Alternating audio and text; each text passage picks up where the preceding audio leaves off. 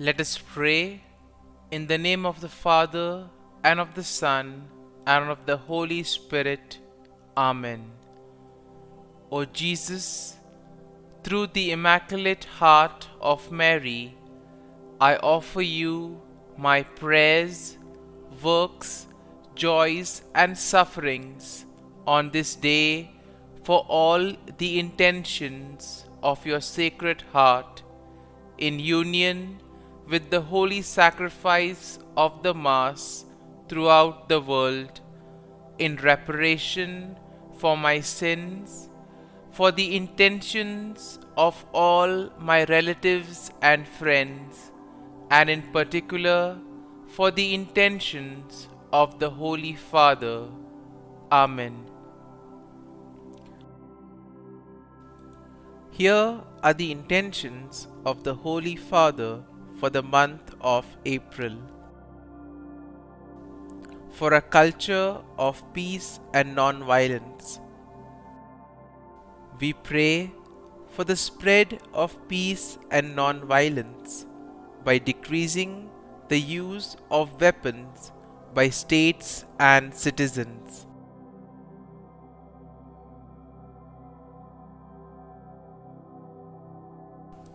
Our Father, who art in heaven, hallowed be thy name. Thy kingdom come, thy will be done, on earth as it is in heaven. Give us this day our daily bread, and forgive us our trespasses, as we forgive those who trespass against us. And lead us not into temptation, but deliver us from evil. Amen. Hail Mary, full of grace, the Lord is with you. Blessed are you amongst women, and blessed is the fruit of thy womb, Jesus. Holy Mary, Mother of God, pray for us sinners, now and at the hour of our death. Amen. Glory be to the Father, and to the Son, and to the Holy Spirit, as it was in the beginning, is now, and ever shall be, world without end. Amen. My dear friends, the Word of God welcomes you this morning. And as we prepare to spend this time with Jesus, as we enter into communion with Him, let us place all our intentions, let us place all our wishes at the feet of Christ. At the same time, let us also place all our anxieties, everything that worries us, everything that troubles us. Let us place these things into the hands of the Lord, so that the Lord may take care of it, so that He may give us the grace, the strength that we require in order to overcome these challenges that we face in life. And my dear friends, as we begin this time with Jesus, as we begin to enjoy His presence, let us also take this opportunity to thank the Lord for all that He has done for us all through our life, right from the time of our birth till now. The Lord has showered us with plenty of blessings. He has given us abundant graces, and He will continue to do that in the future also. And therefore we need to be grateful, we need to be thankful for all that He is doing for us. Let us thank the Lord for the gift of life, for giving us talents, for giving us various abilities to do various things in different capacities. Let us also thank the Lord for giving us the gift of this new day, for giving us this opportunity to spend time with Him. Lord, we also thank You for the gift of our family members, friends, relatives, near and dear ones, and all those who have played an important role in our lives. These are the people who have shaped us molded us, who have inspired us and who have motivated us to do various things in lives. And it is because of the presence of these people in our lives that we have become who we are. So Lord, we thank you for their presence in our lives, and we ask you to bless them abundantly so that all their wishes may be fulfilled. At the same time, Lord, we also take this opportunity to thank you for the gifts that you have given us, for the talents, for the abilities. And we ask you that you may give us the grace so that we may use it for the betterment of others, for the betterment of society, and together we may be able to make this world a better place. And now, my dear friends, let us reflect on Psalm 38. We shall meditate over the psalm, and then we shall spend a few moments allowing the psalm to take root in us. If you look at Psalm 38, one thing we realize that Psalm 38 is a psalm of David. And here we see that David expresses his feelings of physical and emotional pain. And this, in a way, is his cry to God for help. Now, you will notice as we start reading the psalm that the psalm will begin with David confessing his sins and asking for forgiveness because he feels guilty and ashamed. Then the psalm will slowly proceed and it will describe David's physical pain, physical suffering that he is enduring, including his bones being out of joint and his heart pounding.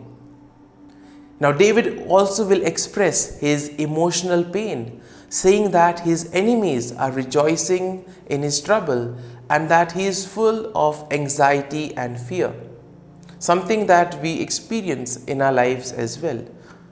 And therefore, throughout the psalm, we see that David expresses his trust in God and his belief that God will save him. He asks God to be merciful and not to punish him for his sins. He also asks for the help of God in overcoming his enemies. And in this way, we see that the psalm will end with David affirming his faith in God and his belief that God will ultimately vindicate him. And in general, we can see that Psalm 38 is a powerful expression of human experience of suffering, and at the same time, it also gives us the comfort and hope that we can find in God.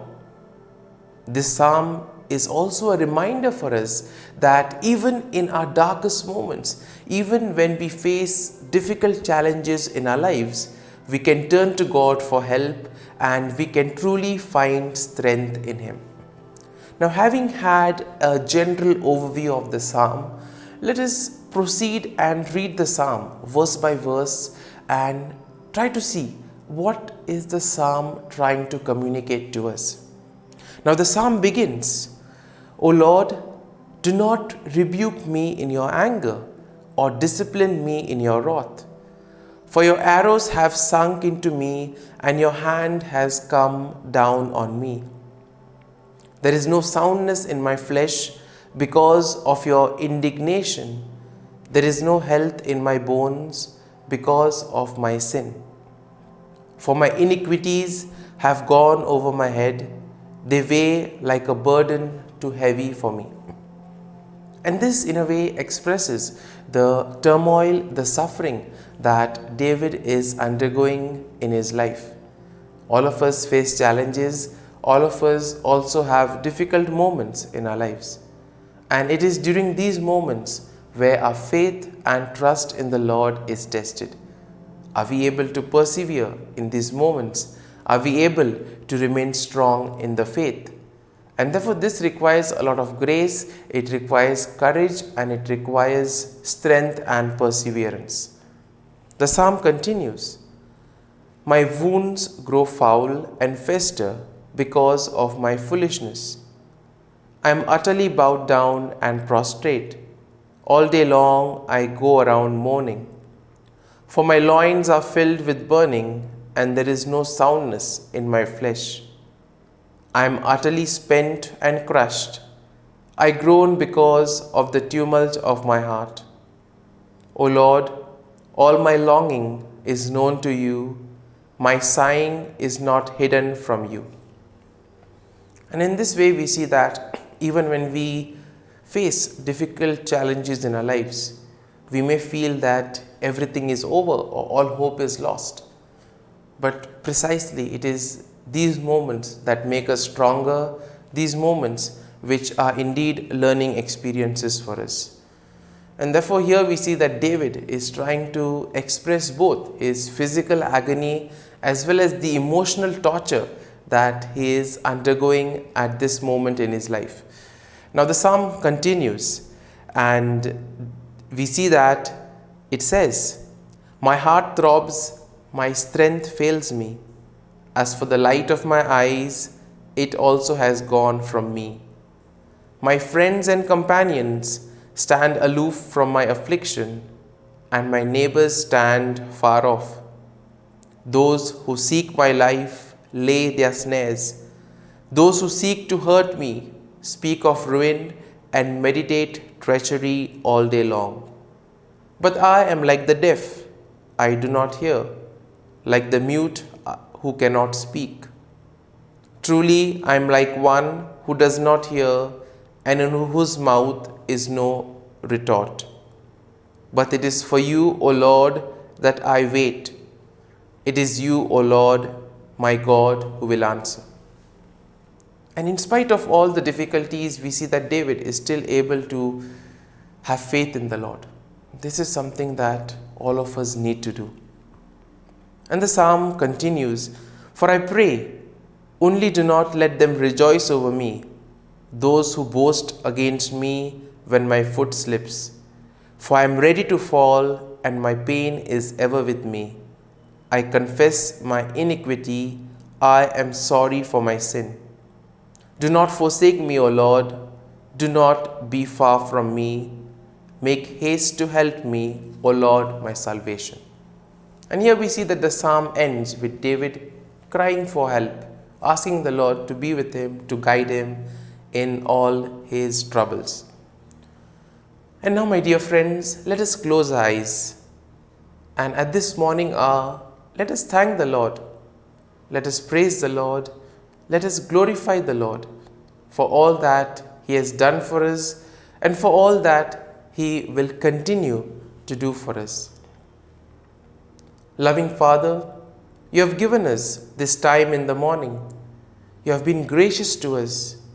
You have given us your Son, Jesus Christ, who has cleansed us from our sins. He has taken away all our sins and He has given us new life. Lord, as you have given us the Holy Spirit, we ask you to bless us and protect us. And Lord, we thank you, we praise you, and we glorify you for all the graces that you have bestowed on us.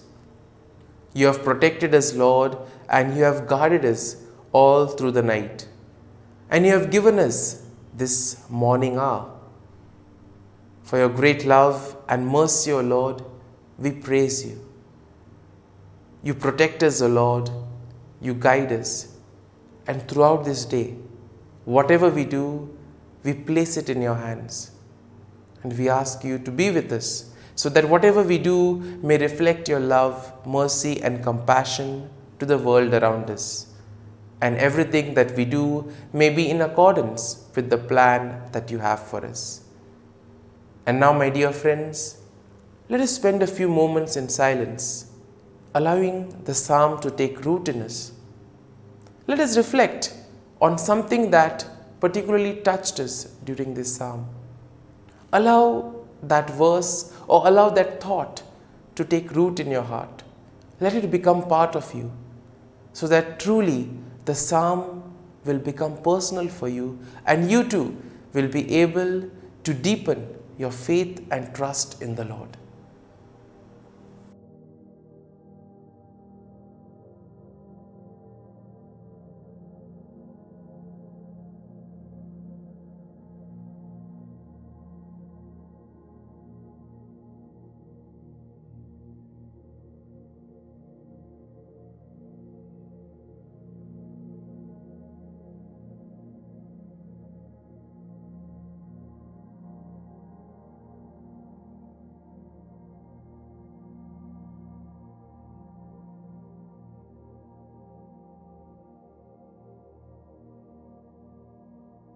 Prayer to Saint Michael the Archangel for protection.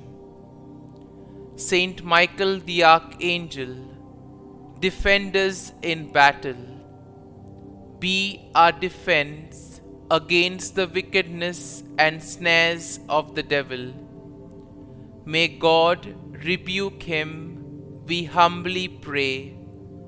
And do thou, O Prince of the heavenly hosts, by the power of God, thrust into hell Satan and all the evil spirits who prowl about the world, seeking the ruin of souls.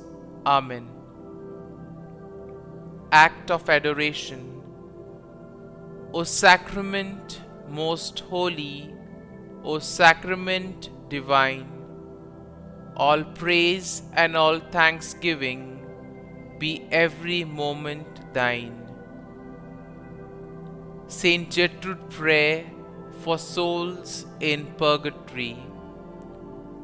Eternal Father, I offer Thee the most precious blood of Thy divine Son, Jesus, in union with the masses said throughout the world today, for all the holy souls in purgatory, for sinners everywhere, for sinners in the universal church, those in my own home and within my family.